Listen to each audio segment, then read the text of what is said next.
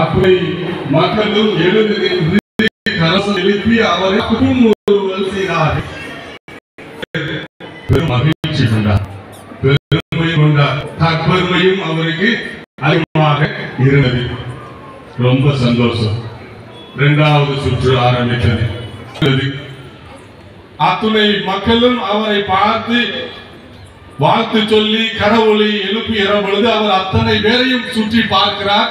ஆனால் அத்துணை மக்களுக்கு இடையிலும் ஒரு முதியவர் முதல் சுற்றிலும் சரி இரண்டாவது சுற்றிலும் சரி அவர் வெற்றி பெற்ற போது மக்கள் எழுந்து ஆர்ப்பரித்த பொழுது அவர் மட்டும் அமர்ந்து கொண்டு கைகளை கட்டியவாறு இவரை ஒரு விதமான முறைப்போடு பார்த்து கொண்டிருந்தார்.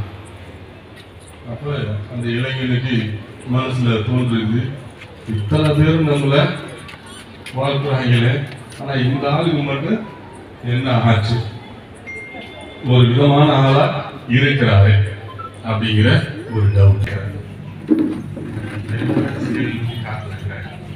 என்ன சொல்ல வர அவர் திரும்பவும் சொல்கிறார், நீ ஒரு 2 நிமிஷம் யோசிச்சு பாரு, நீ ஒரு 2 நிமிஷம் யோசிச்சு பார்த்துட்டு திரும்பவும் வா மைதானத்துக்கு. அதே 10 பேரை நான் திரும்பவும் நிறுத்துறேன். அவர்களோட 10 பேரை நிறுத்தப்பட்டார்கள். யோசித்த இவனுக்கு ஞானம் பிறந்தது. அந்த 10 பேரையும் சொல்கிறார், லைனா நில்லுங்க, எல்லாரும் ஒருத்தர் இன்னொருத்தர் கையை 10 பேர் நடுவில் இவர் நின்று இவருக்கு கையையும் பிடித்து கொண்டு நம்ம ஓடலைன்னா நடந்தே போகலாம் அப்படின்னு சொல்லி நடந்தே கூட்டிக் கொண்டு இலக்கை வெற்றி இலக்கை வாழ்த்து சொல்லிருக்கிறார்கள். இப்ப அந்த மனுஷனுக்கு அந்த இளைஞருக்கு என்ன தோன்றுது, இப்ப நான் வின் பண்ணிட்டேன்றதுனால இந்த ஆர்ப்பரிப்பா, இல்ல இவங்க வின் பண்ணிட்டாங்கன்னு சொல்றதுனால ஆர்ப்பரிப்பா. திரும்பவும் அந்த முதியவர்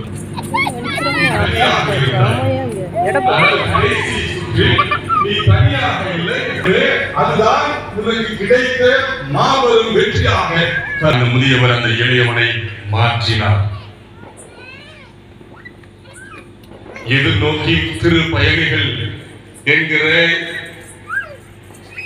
இலக்கோடு எண்ணத்தோடு இந்த யூபிலி ஆண்டை நாம் தொடங்கி இருக்கிறோம். நாம் எதை நோக்கி பயணிக்க போகிறோம்? நம்முடைய வாழ்வில் வெற்றியை நோக்கியா? அப்படி வெற்றியை அடைந்து விட்டால் நமக்கு முழுமையான மன நிறைவு, வாழ்வில் நிறைவு கிடைத்து விடுமா?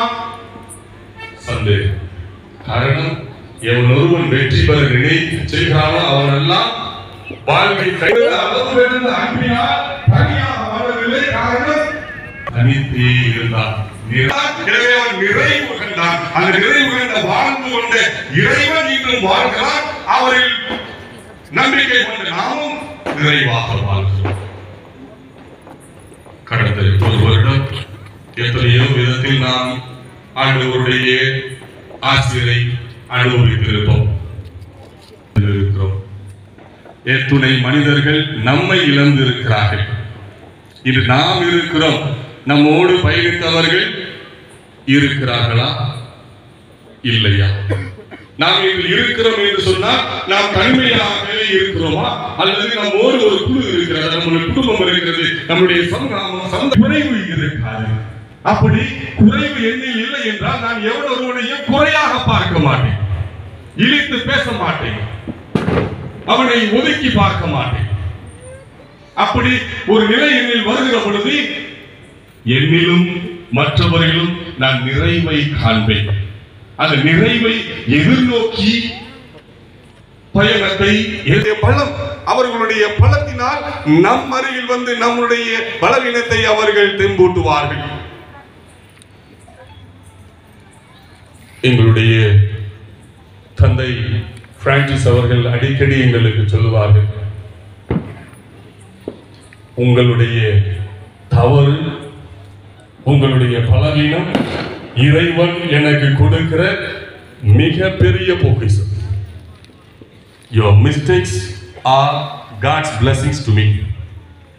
காரணம், எனக்கு அளவு கடந்த மகிழ்ச்சி, அதுதான் இறைவன் எனக்கு கொடுத்திருக்கிற அழைப்பு. அந்த அழைப்பை நான் முழுமையாக நிறைவாக வாழ ஆசிக்கிறேன் என்று சொல்வார். அவர் ஒருபோது நீ தவறு செய்திருக்காய் என்று சொல்ல மாட்டார். காரணம், அதிகமாக அவர் சொல்வது தைரியமாக நீ தவறு செய். அப்பொழுது ஆண்டவருடைய ஆசீர்வாதத்தை நிறைவாக